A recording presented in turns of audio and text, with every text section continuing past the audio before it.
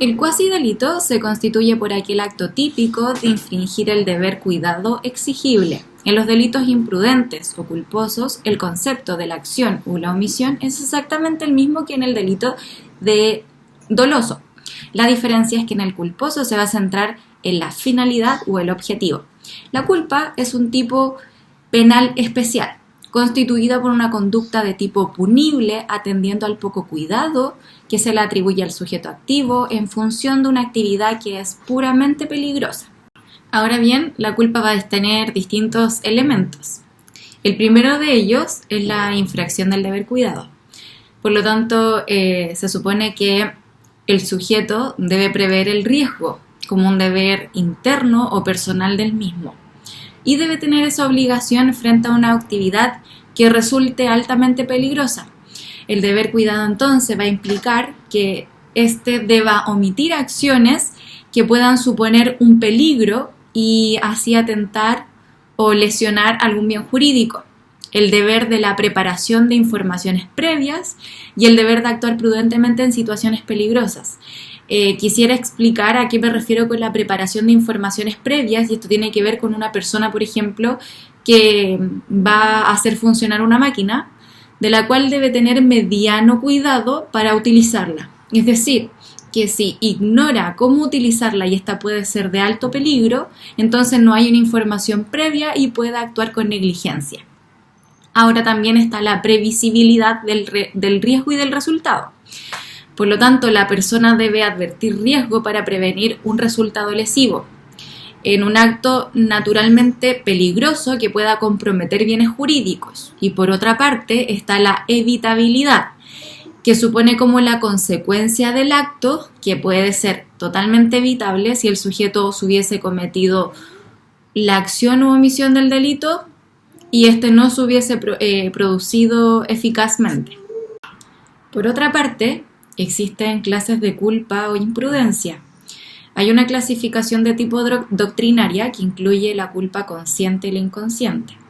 La culpa consciente es la representación que se puede hacer el actor a consecuencia de un hecho cuando éste ha confiado que dicho evento no ocurrirá. Es como una falsa confianza basada en lo irracional o en el azar, y es constituida por un dolo eventual. La culpa inconsciente, por otra parte, es aquel acto no representado que tiene como consecuencia no buscada ni querida por su autor y que finalmente va a tener un resultado grave, peligroso y lesivo. Es importante señalar esta clasificación a efecto de la distinción entre si hay culpa o no a modo de discreción que pueda servir al juez para poder dictaminar en un determinado juicio. Existe otra clasificación que es la de tipo legal, y en este caso se va a incluir la imprudencia temeraria e imprudencia simple. Habrá una imprudencia temeraria si la conducta ha quebrantado el cuidado elemental, creando un peligro que sea altamente elevado e incontrolable o controlable pero insuficiente para el resguardo de una protección. Por otro lado, existirá la imprudencia simple, que es cuando se ha quebrantado simplemente una norma de cuidado que no es meramente elemental. El tipo de delitos culposos, el autor realiza una acción que no está dirigida esencialmente al resultado que se concreta. La conducta culposa es la falta del cuidado entonces jurídicamente esperado en el comportamiento de un sujeto que es consistente en la infracción de la norma de cuidado. En el Código Penal se mencionan los artículos que son aplicables y su importancia a la vez es establecer la penalidad para los hechos culposos. Este va a graduar su intensidad o gravedad en la pena.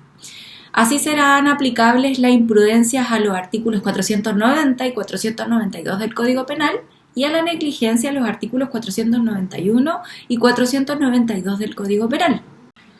Pero ¿a qué nos referimos con la naturaleza de la norma de cuidado? Es la norma que va a determinar la acción punible. En el caso de la culpabilidad, la diligencia que hubiese tenido el hombre normal, consciente y prudente en tales circunstancias. Hay autores que se van a inclinar por vincular el cuidado requerido con el sujeto individual, con su capacidad y destreza personal, pero esto no podría exigirse porque no todos somos iguales. Por lo tanto, debe haber un criterio de tipo objetivo por las circunstancias concretas y conocimientos personales de cada sujeto y no por su destreza meramente tal. De esta forma, quiero explicar que una persona que conduce un automóvil y que tiene una mediana destreza no va a tener la misma destreza que una persona que, por ejemplo, conduce automóviles en carreras y que tiene capacidad, información y destreza en esa misma área. Es por eso que buscan distinguir una de otra. El riesgo permitido, por otra parte, es que no toda lesión o peligro de un bien jurídico es constitutivo de un delito culposo. Así, se va a distinguir que si hay índice de mortalidad, por ejemplo, que se produzca en razón o consecuencia de un tratamiento quirúrgico, no se le va a tipificar a la persona que está realizando este tratamiento quirúrgico como un cuasi delito de homicidio si es que la persona llega a fallecer al minuto de ser intervenida quirúrgicamente. Esto sucede simplemente por el riesgo permitido. Es decir, que la persona ha actuado con diligencia, la persona ha tratado de prever que no ocurran riesgos, sin embargo, puede ocurrir en el deceso y no necesariamente él va a tener culpa porque va a estar en función de sus atribuciones. Estas actividades no se van a prohibir, pero si la consecuencia de ello viene a lesionar un bien jurídico, esa lesión se va a configurar como atípica, porque está permitido ese riesgo dentro de la sociedad. ¿En qué consiste la infracción del deber cuidado? Esta es aquel riesgo que debe preverse, es decir, debe ser evitable, constituyendo un caso fortuito. La imprudencia o la falta de cuidado no es psicológica, sino que es la posibilidad de prevención de un riesgo, la representación del mismo y la evitación a que se lleve a la realidad. El sujeto tiene obligaciones, entre ellas debe prever el riesgo de cuando realiza una actividad que es altamente peligrosa, porque si no se prevé puede atentar a un resultado lesivo, y más aún si es con descuido. Además, debe actuar con el cuidado requerido por la ley, o sea, absteniéndose de realizar actos que sean peligrosos, y si los realiza, estos deben ser con la prudencia necesaria. Por otra parte, debe informarse previamente para que disminuya este riesgo. No obstante, la imputación objetiva del resultado va a ser aquella acción para el resultado, valga la redundancia, lo que, reitero, debe ser o estar vinculada a la falta del mediano cuidado para infraccionar así la ley. Debe concurrir copulativamente dos condiciones. Deben aplicarse la teoría de la equivalencia de las condiciones en donde no haya cuidado y a su vez este cuidado esté relacionado directamente con la causa. Y el resultado típico sea el riesgo de la acción que tiene al no colocar un mediano cuidado. Algunos autores mencionan que si bien la imprudencia aumenta considerablemente el riesgo, el resultado va a ser atribuible a esa imprudencia. En cambio, la doctrina va a afirmar que el resultado del delito culposo es la condición de tipo objetiva, punible y no necesariamente su elemento. De esta manera llegamos al último punto de la teoría de la imputación objetiva, que en su doctrina penal nace en el siglo XIX, donde hace referencia a los delitos culposos. Ya en la década de 1950 llega a su punto alto en el finalismo y actualmente tiene una gran relevancia en su aplicación. Por los elementos objetivos es un delito típico y antijurídico, y el dueño del acto es culpable. Tiene una manifestación de conducta y el resultado y la relación de causa tiene un efecto entre estos dos. También va a tener elementos de tipo subjetivo, como lo son el dolo, la culpa, elementos de tipo normativo, exigencias determinadas, como lo son la calidad de la persona, funcionarios públicos, jueces, como ya lo dijimos, y la finalidad del delito, que es la teoría del iter criminis, que es agotar más que consumar el resultado. Si el resultado puede ser o no imputado es lo importante, y para esto existen diferentes principios. En primer lugar, el riesgo socialmente permitido, que como ya lo señalamos, Existe solamente un tipo permitido, que es del profesional que va a intervenir quirúrgicamente apegándose siempre a derecho. Por lo tanto, si no se apega a derecho, puede haber culpa. Otro principio sería el de la confianza, ejemplo de quien conduce y no lo hace de manera reglamentaria o prudente. Por otra parte, existe la teoría de los roles, que es aquel actuar de acuerdo a un rol, cuidando y preveyendo del debido peligro. Y actuar con el debido cuidado, que es la misma situación del rol profesional para que el hecho no sea recargado, o sea, la intervención quirúrgica. Actuación de la víctima a propio riesgo, ejemplo de esto sería el suicidio. Pero, ¿dónde podemos ubicar esta imputación objetiva? La podemos ubicar en dos ámbitos: si actúa dentro del riesgo permitido, si hay provisión de regreso, se concluye que no se imputa objetivamente a la persona del resultado.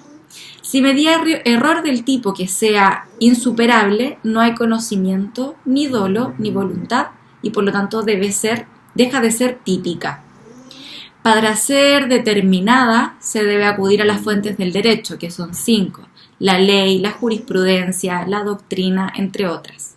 Y podría o no responder a un tipo penal culposo si está prevista la conducta como tipo de delito culposo. En la evolución histórica del concepto de delito culposo nacen distintas acepciones, entre ellas las causalistas y las finalistas. Me detendré en el estudio de las causalistas, ya que suponen que la culpa, negligencia o imprudencia son términos jurídicos aceptados como sinónimos, que infraccionan todas ellas el deber cuidado de prever o evitarse un determinado acto que sea riesgoso. Desde este punto de vista, tomando la teoría clásica de von List, la acción es un movimiento corporal voluntario que tiene su repercusión en el mundo exterior y su propia finalidad. Es decir, cuando la acción se ajusta a la tipicidad objetiva y la antijuricidad es una conducta contraria al derecho, con carácter objetivo, estamos dentro de esta acepción. Los causalistas señalan que la culpabilidad es aquel vínculo entre el autor y el hecho, pudiendo ser dolosa o culposa con todos sus elementos, mientras que para los finalistas es un juicio de reproche personal cuando el autor ha obrado ignorando el debido derecho. De modo de dar un ejemplo que representa un delito culposo, podemos mencionar el de aquella persona que tiene como finalidad el cuidado de un infante, por ejemplo, menor de 3 años, que por descuido no haya puesto cuidado en él y estén en un establecimiento, en este caso un jardín, en el cual la persona que está a su cuidado deje la puerta abierta para que el niño pueda salir y producto de ello sea atropellado por un vehículo de un tercero. Aquí se configura la acción típica, antijurídica y culpable, ya que si bien no hay intencionalidad de querer producir efectivamente un daño, este se produce por la falta de cuidado o diligencia que pone en sus funciones, en el cuidado del menor, ignorando una representación óptima de prever un posible riesgo que pueda tener por objetivo un resultado lesivo, que atente contra el bien jurídico de la vida, obrando con total imprudencia. En cuanto a identificar y representar la diferencia entre un hecho penalmente reprochable a título doloso y a título culposo, exijo 2 ejemplos. El primero sería un homicidio simple, que es una persona que se acerca a la otra, lo mata disparándole en el pulmón y provocándole inmediatamente la muerte, y con el efecto de producir una vacante dentro de un puesto de trabajo. Esa sería como la finalidad de por qué lo mata. En el artículo 391, y cito: el que mate a otro y no esté comprendido en el artículo anterior será apenado. Y ahí sale la pena con la cual va a ser tipificado. Por lo tanto, acá podemos decir que existe una actuación dolosa de querer producir un daño, en el cual pueda, además de producir ese daño, convocar a una vacante que le permita a esta persona adquirir ese puesto de trabajo. Por lo tanto, hay dolo, hay intencionalidad y hay una conducta de querer provocar un daño o una finalidad. Otro ejemplo sería la de una persona que está cuidando a un infante y lo deja jugando con un globo de plástico. La persona que está a su cuidado se descuida de él y el bebé muere por asfixia. En este sentido, y cito, según el artículo 492, las penas del artículo 490 se van a imponer también respectivamente al que, con infracción a los reglamentos y que por mera imprudencia o negligencia ejecutare un hecho o incurrir en una omisión que a mediar malicia constituiría un crimen o un simple delito contra las personas.